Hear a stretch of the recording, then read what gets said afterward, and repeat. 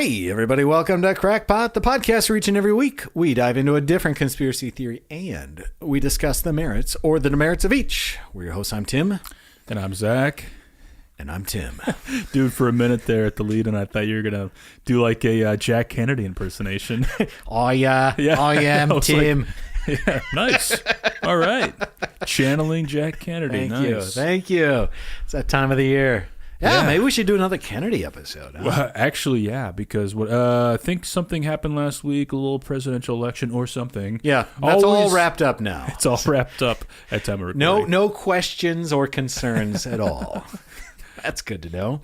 But yeah, we should probably do another Kennedy all episode right, one of these put it days. on the list. There Perfect. All right, so we are talking about cryptids. That wasn't the laugh part yet. Wait, hold your laughter. We are talking about cryptids. Ooh, all right. Now you can but we're talking about regional cryptids, and we're talking about a group of cryptids we haven't talked about before, I think. We're talking about goatmen. Or goat people. But I should say that each one of these stories specifically mentions a goat man. So don't blame me. Yeah. I am just the reporter. I am sure there are plenty of goat females and all sorts of others. But unfortunately, today we're only talking about goat men. Actually, I will say, now that you mention this, I did technically cover a goat. I think it was a goat man. No. In Wisconsin. Remember the in like the La Crosse area or something. Yeah. Oh, I forgot about that. Yeah. So we did an episode like a month ago or so on cryptids, American Monsters. There was like a little snippet, but it was like more of like a centaur or whatever. Yeah. So I'm not sure if that's the same thing or not, but I don't know either. But we haven't done a dedicated goat man Dedicated. Guys, I got a call from a wonderful listener who said, Tim, you have not yet done the Lake Worth monster. And I said, whoa, Lake Worth monster? Sign me up. Yeah. Nothing gets better than that. Looked into it. It's great. Wasn't a full episode. Hence the other three we'll be talking about after this. But, guys, let's start here in Fort Worth, Texas. Got it. Okay. I had to spell it out in my head. So just in and around the area of Fort Worth, there is a lake called Lake Worth. And in this lake, or around this lake, I should say, there is a part man, part goat creature with fur and scales and long clawed fingers that walks around terrifying the people at night. Dang. Okay. Also, Scales? All right. Yeah. I suppose if it's in the water. Fur and scales, which there I'm just like, not sure if I believe that anymore, but hey, who am I to question cryptozoology? Half man, half goat, 350 pounds, 7 feet tall. Whoa. This sucker can swim, this sucker can run, and he can climb trees. So this is no joke. You said 7 feet tall? Yeah. And 350 pounds? Yeah. Ooh, it's like a linebacker. Actually bigger than a linebacker. It is. It's like a Shaquille nose O'Neal. tackle. Yeah, okay. Jeez. All right. Eats fish and chickens and has horns sprouting out of its head. So when I was thinking about this, Zach, I was thinking goat man. Okay, what's a goat man, reference point I can kind of point to in my head? It's like Pan. Yes. Like a fawn. 100%. It's the body of a man, torso, head of a man, and legs of a goat. Maybe some horns on there too. With the horns, yeah, of course. Okay. I'm telling you, this is much more terrifying because we are actually talking about like basically a bipedal goat. We're talking like torso up is goat. And maybe the arms and the legs are human. I don't know. Pictures are blurry. Yeah. So jury's still out on this. But that is 100 times more terrifying. This thing sounds scary. Legit. Yeah. Yeah. So look out for that. But okay, back to Lake Worth, the Lake Worth monster. July 9th, 1969, out on Lover's Lane. A creature jumped out of a tree onto a car. This car, owned by one John Reichert, was terrified. There were two other people in this car. He sped away as fast as he could because, hey, man, a goat man jumped on the hood of his car. What are you going to do? Obviously, he drives erratically as fast as he can, trying to get away. He ends up crashing into a tree. Goatman goes tumbling off of it and runs off into the woods. He's terrified. Two people in the car, they're terrified. Everyone's like, yeah, sure thing, dude. I'm sure a goat man jumped on your car. But you know what he said? He said, look at my car. Come around to the side of my car because there's an 18-inch gash in the metal of this car left by the goat man. That is sick. And there are 3 people who saw this thing. That's what they say. Dang. Okay, well, that's weird. That is very weird. And I'm sorry, wait, 1969? That's right. Okay, got it. The very next day, July 10th, 1969, people get wind of this. You know, it's a relatively small town. People talk like, hey, there's a goat man jumping on cars. What? I don't know. Let me go see this for myself. Well, a group of people go out there, and they're looking around for this goat man. And there's also cops out there, too, at this point, because big crowds, and people are like, what's going on? Maybe there's a escaped convict on the loose dressed as a goat man jumping on cars. Who knows? Anyway, police are there. All of a sudden, everyone looks up on this cliff and they see a goat man running across the ledge at an enormously high speed, faster than a human could run, they say. And then a car tire is thrown off the cliff and like lands near this crowd, and everyone, all 24 people, including the sheriff's deputies who were there, scatter and disperse, and they're just terrified, and they're like, we need to get away from this because the Lake Worth monster goat man is going to kill us. Well, so that's crazy. So the first night you have this sighting by 3 people, and I would say, hey, look, sounds like a pretty convenient excuse to get out of like a DUI ticket or something. Right? Yeah, I wrecked my car. Oh, the gash is from the goat man, not the rock I hit. What? Yeah. Okay, but then the next night you had a whole bunch of police officers as well as innocent, air quote, civilians like, observing this thing running across a ledge and throwing a tire. I mean, what do you make of that? Well, so I have to ask you this question: Is this like in a newspaper or something, or like? Oh yeah. No way. Oh yeah, this was picked up, man. This was picked up by all sorts of news outlets in the area. So after this tire was thrown, you know, the police were out there all over the place. They were combing the grounds. Obviously, nothing was found. No goat man footprints or nest or cave or anything. I don't know where they sleep, right? Yeah. But there was one gentleman by the name of Alan Plaster who was driving by the area, and he saw something out of the corner of his eye. He quick stopped his car, slammed on the brakes, grabbed his camera, took a picture. Zach, what do you make of this? Ooh. Okay. It's hard to get the scale of it. It looks like if you ever saw that 80s movie Purple People Eater? Nope. Kind of looks like that, but it's a black and white photo. Black and white photo. Does something. Not really look like a goat, but it's obviously turned away from the camera. Right. It's a furry thing. I don't know, man. It's a white blurry figure in a field, essentially. And it's just kind of like, well, what is that? Well, Mr. Alan Plaster, who took the photograph, said it was a man-sized white fur ball. That's what it looks like. Yeah, I mean, that's kind of what it looks like. Yeah. He believes that this was a prank. He said, yeah, I saw it. It was there. It was a real thing. It wasn't my imagination. Oh, so this photo. Yes. Okay, got it. He says that whatever it was, he believes it wanted to be seen. And then once he took the photograph, it ran away. Sure. And he's like, if there was some sort of crypto weird hybrid creature, it wouldn't stick around when a car drove past and then stopped and got out a camera and took a photo. True. So interesting. But several days later, there was a front page news article titled, "Fishy Goat Man Terrifies Couples Parked at Lake Worth." So interesting. At this point, it really kind of A lot of people are really tuned in now. So truckloads of people went out to the area, loaded down with guns and whiskey and all sorts of stuff, and they're like, "Hey, if there's a goat man out here, let's find him, let's kill him."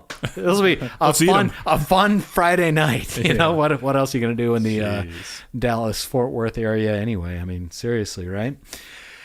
Anyway, that's kind of where it lands. Nothing really came of it. It more or less just kind of faded into memory and lore and legend. But in 1999, a local news station did a kind of lengthy report on it because every so often the story comes back. Maybe someone sees something, maybe whatever the case, but it always just kind of bubbles back to the surface. So 99, they do this lengthy report, and they newspaper interviewed some of the original witnesses.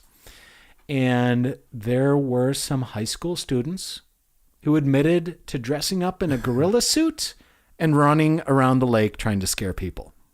Okay. Did that look like a gorilla suit? The picture that you showed me, no. I mean, it was definitely some sort of furry suit. Yeah. Yeah, but I mean, a gorilla suit's going to be dark, right? Yeah, that looked white. And it's not going to look at all like a goat, right? Not at all. And furthermore, 7 feet, 350 pounds. Yeah, exactly. Okay, well, 2005, the Fort Worth Star-Telegram got an anonymous letter claiming that they were one of 3 students who pulled off the prank. And according to this letter, they decided to go out to Lake Worth and scare people. Okay, well, there you go. Probably made up by a bunch of kids and students looking for something to do. 2009, Fort Worth, Texas magazine publishes a report of a man who claims to have been the one that threw the tires off the cliff. So it's all kind of adding up to be a prank because goatmen aren't real. Right? Right. Right. Allegedly.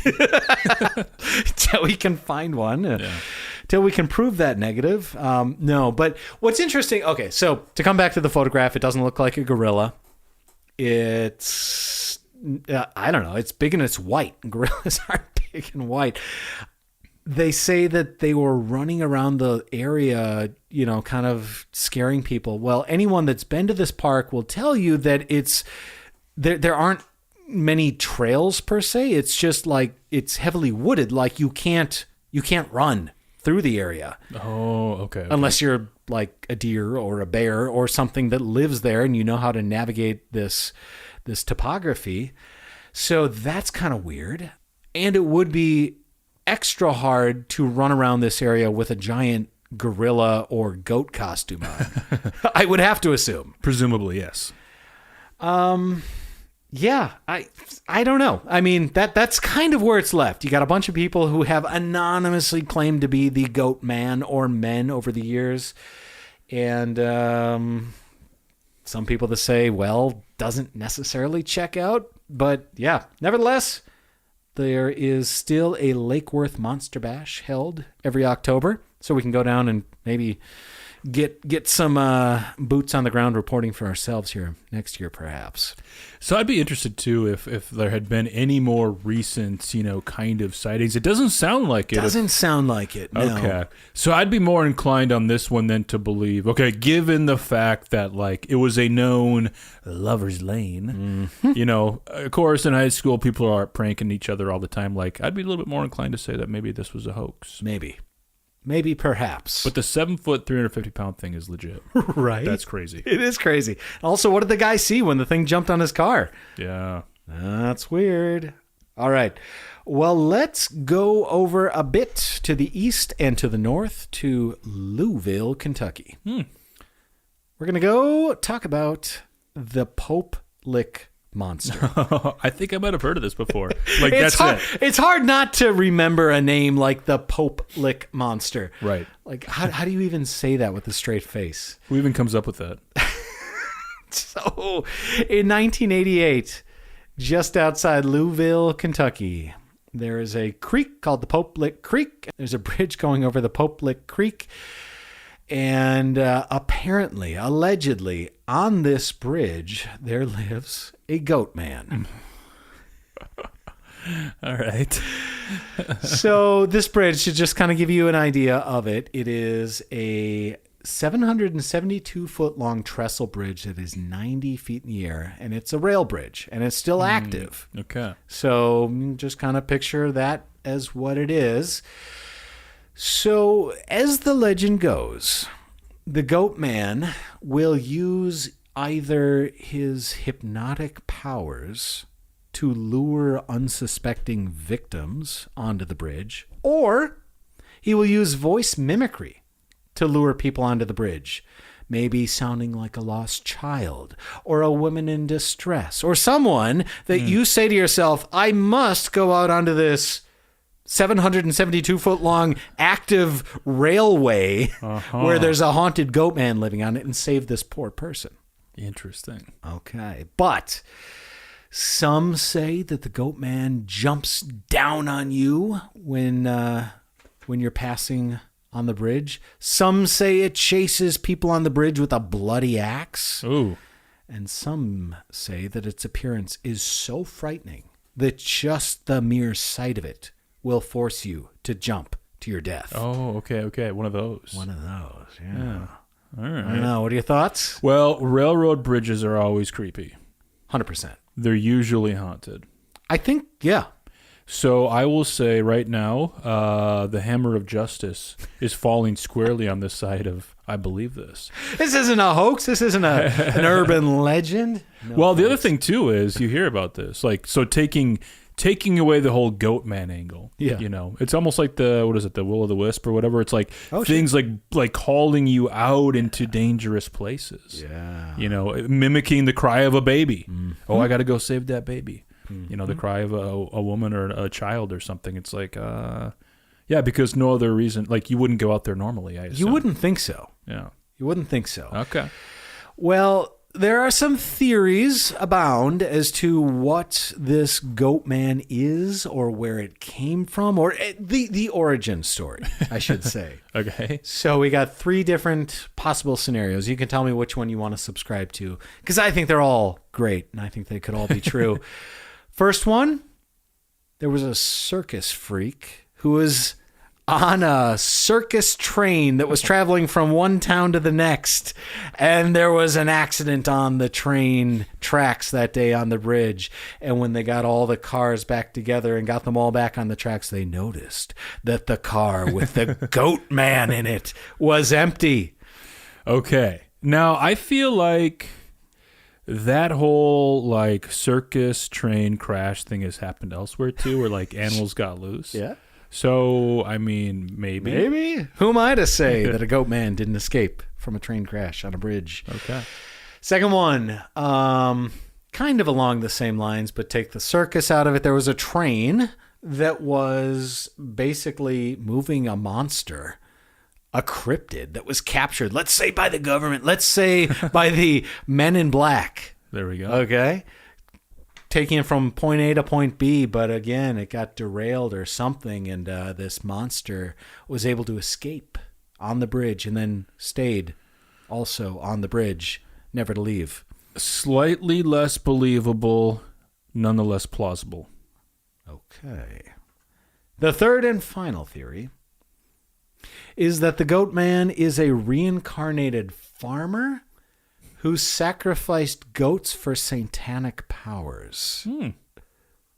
More plausible, more believable. I'm going to land on that one. That's the one you're going with? Yeah. It's actually fine. Nothing to do with circus, nothing to do with a train crash.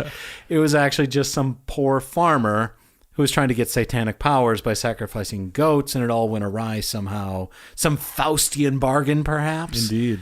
And the devil called the chips in, Yeah. and he's stranded on the bridge to haunt people.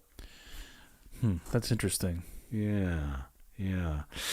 Well, I would say, I mean, if you were to think about this logically, if you were to think about this rationally, you might say, well, maybe this is an urban legend. Maybe it's a an old wives' tale that moms tell their little kids at night to keep them from playing on the train tracks, which are dangerous. Yeah, it's legit. What Like, can I say? don't go out. Have you ever seen Stand By Me? Like, come on, don't go on the train tracks. Exactly right. And what better way to keep people off the train tracks than to tell them there's a scary haunted goat man that will chase you down with a bloody axe? Yeah. Obviously, people will stay off the train tracks. Uh-huh. Unfortunately, irony rears its ugly head once again because there have been at least 5 people who have died on this train tracks looking for the goat man. Oh, no. Okay. 1988, a 17-year-old boy was hit by the train. 1994, a man got his ATV stuck on the tracks and was hit by the train. 2000, a 19-year-old fell off the bridge when a train was coming. 2016, a 26-year-old woman was hit by a train, but her boyfriend was able to hang off the side of the tracks 90 feet in the air and survived. And in 2019, a 15-year-old girl was tragically killed by a train, also looking for the goat man. Jeez. So, yeah, people have died. And recently, too. This isn't like 1947. Right. Okay. And likely they were out there looking for the goat man when they passed a cheese. Right. Maybe it wasn't the train. Maybe it was actually the goat man. That's true, too. That killed them. That's true, too. And framed it to make it look like the train. To continue his reign of terror. Man. Over the Popelick Creek. I don't know. Wow. Well, I mean, people are dying left and right. Left and right, man. So, listeners in Louisville, let us know what's up. Go to the bridge. Don't go on the bridge. Go to the bridge. Get a picture of it. I want to see what this looks like. Maybe we can zoom in and maybe see the shadow of a goat somewhere hidden in the trestles. But we're not done yet. Let's go a little further east to Maryland. Zach, let's talk about the Maryland goat man. So the Maryland goat man. So this is in Prince George's County. This is right next to Washington, D.C. So this goat man has been seen for quite some time. Ooh. From what I can tell, the first sightings go back to 1957. A hairy bipedal thing with horns growing out of its head was seen walking around the forest at night, which is kind of weird. Okay. October of 71, there was another sighting. A woman was walking her dog and said that a goat man jumped out of the woods, killed her dog, and ran off. Oh. And she's like, it wasn't a bear. It wasn't a coyote. It wasn't a cougar. I know what all these things are. I know what I saw. I saw a goat man. You know what's funny? And I am completely serious when I say this. Like, that is like the most credible account that you could have. Because, she's walking her dog. I'm assuming she loves her dog. She doesn't want it to die. Yeah. And then she sees something that attacks her dog, kills it. She lays eyes on it. Yeah. She sees a goat man, that's doing this. Like, I don't know why you would ever make that up. Why? Why would you make that up? It makes no sense. You sound crazier by making that up. Yes. If it was a bear, I'd be like, yeah, a bear. A bear ate my dog. Makes sense. Jeez. Okay. I just want to point that out. Right. The other interesting note she said was that it walked out of the woods and grabbed her dog while walking on 2 legs. Uh-huh. But when she scared it away, or when it ran away, rather, it ran away on all 4s. Oh, weird. And was incredibly fast. As fast as an animal at that point. So as fast as a goat man. Fast as a goat man can run on all 4s, as I like to say. So where did this come from? How did it come about? Well, the legend goes back to a scientist by the name of Dr. Stephen Fletcher, who worked for the USDA, United States Department of Agriculture. He was apparently conducting a genetic experiment with his partner, William Lotsford, and a goat, when all of a sudden everything went awry at the old Bettsville Agricultural Research Center. And this accident occurred and transformed one or the other. The jury's out, and stories vary as they do with this sort of thing. But one of them turned into a goat man who still wanders around the area at night, haunting people and eating dogs. Okay. So, you know what I'm thinking about right now? I'm thinking about Fort Detrick. Okay, say more. Well, go ahead, call me crazy. Yeah, you're probably crazy. Fort Detrick, Maryland. We've done a dedicated episode on that place. Yeah. And that was, I believe, relating back to some of like the biomedical experiments that they're doing out there or have done that are actually real, by the way. Yes. And so I know this sounds ridiculous, right? Basically, it's like Spider-Man origin story, but it's Goatman. Goatman, the Homecoming. And so where I'm going with this is like there is legitimate bizarro like testing that occurs in Maryland. Yeah. Probably not far from this place. I mean, that's the thing. That's the thing. So I'm just going to come down on the record and say that much. But this is how legends and myths and lore get started, because you have a weird government center in the middle of nowhere that people don't know what goes on, and then you have someone that sees something and a dog that dies, and you have people, multiple witnesses that swear up and down that they have seen something in the woods stalking around at night. Yeah. And you combine one with the other, and all of a sudden you have a mad scientist essentially turning into a goat man. Yeah. But I guess when he's not grabbing dogs off their leashes, he is chasing them with axes as well, which seems kind of crazy. And he also threatens humans if they get too close to him. I want to, put that in there too. So don't try to get too close to this when you use your dog as bait to lure him out. I just have to say as well that witnesses all say it's a hairy monster, horns on its head, in and around Forestville and the upper Marlboro area in Prince George's County. In 1962, this Goatman, the Maryland Goatman, was accused of killing 14 people. Whoa. With an axe. Whoa. 12 kids and 2 adults, and then dragged their bodies to a cave, never to be seen again. Were there like legitimately deaths? No, there weren't. Oh, no. Dang! No, there was nothing. There's no police record. There's no. It's per your research. I think you could find it. Yeah, right. Yeah. I mean, lots of people have been saying it. Okay. Everyone's talking about it. So anyway, Goatman from Maryland, but that's not all, because we got one more. The old Alton Bridge, Goatman's Bridge, they call it. Back down in Texas. Where in Texas? Denton, Texas. Oh, all right. Where the best ever death metal band out of Denton is from. But this is a bridge that connects Denton and Copper Canyon. This bridge, still there. You can still drive across it. It used to be the main thoroughfare for pretty much anyone going in one direction or the other over there. But in 2001, they built a new road around it and a much more modern bridge. But the original bridge was built in 1882. It's 145 feet long, and it's a single lane. Okay, so you can kind of picture it. It's old and it's wooden, and there's probably not any guardrails or anything else like that. But the legend of the area is that this bridge is haunted by a half man, half goat. And it all goes back to a farmer in 1938. And this farmer's name was Oscar Washburn. And he lived on one side of the bridge, and the town was on the other side of the bridge. And he was a goat farmer. He had goats, and he would sell goats and goat parts and goat meat and goat milk and probably everything else. And he had a sign on the bridge that said Goatman this way. So if you were looking for the Goatman, you knew where to go, because he was just kind of well known. He was the Goatman. He was the one you went to when you wanted goats.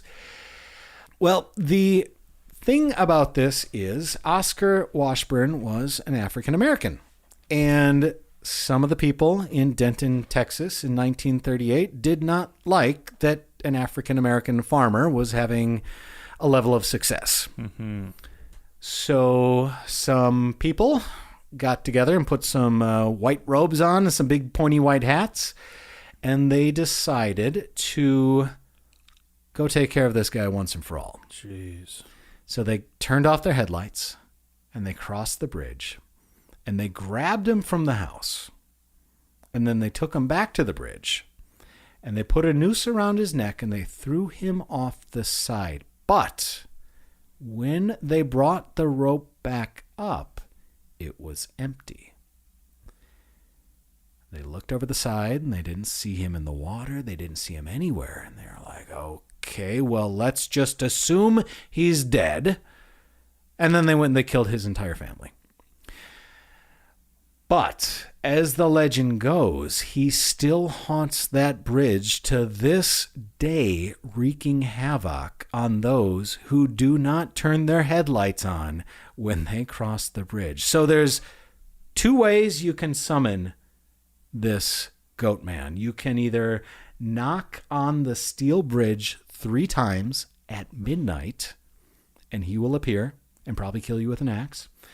Or if you turn off your headlights and try to cross the bridge at midnight, the Goatman will jump out and kill you.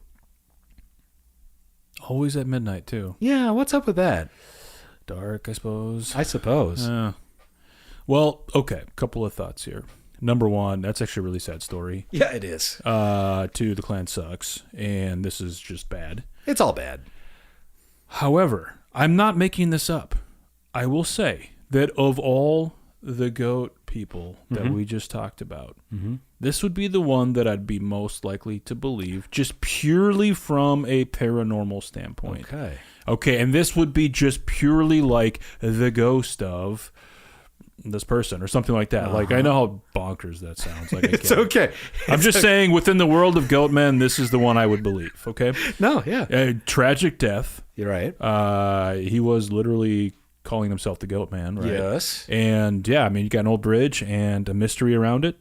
I would say, okay, this one is the, again, most plausible in terms of Goatman. Now, I don't know if I'd believe like he attacks your car or will kill you with an axe or whatever, but like I could believe there's a wandering spirit in the like area. a haunting, like a legit haunting, yeah. Because as you said, there's a traumatic death in a specific location, and all these factors line up.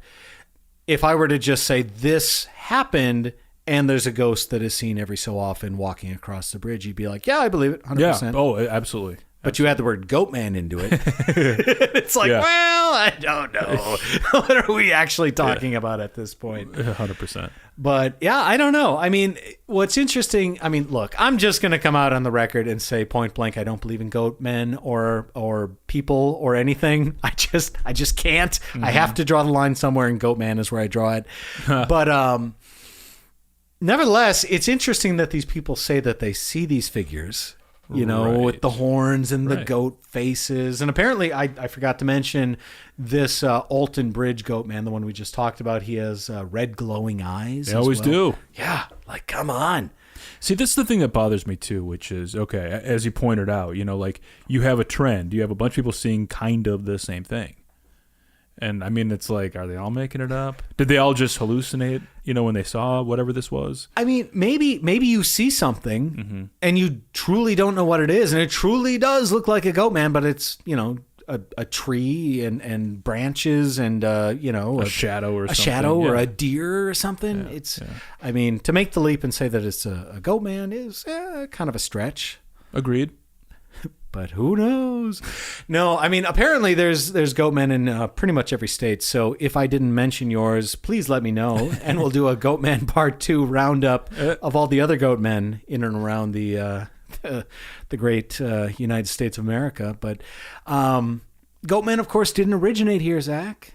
You got to go back to ancient Greece. No kidding. Well, yeah, because you got the satyr. Is that how you pronounce satyr? I don't even know. Satyr. I should probably know. I never took Greek. I never studied the classics. Weird. But yeah, it's the half goat, half man. Yeah. And is basically like a nature spirit is how they were described.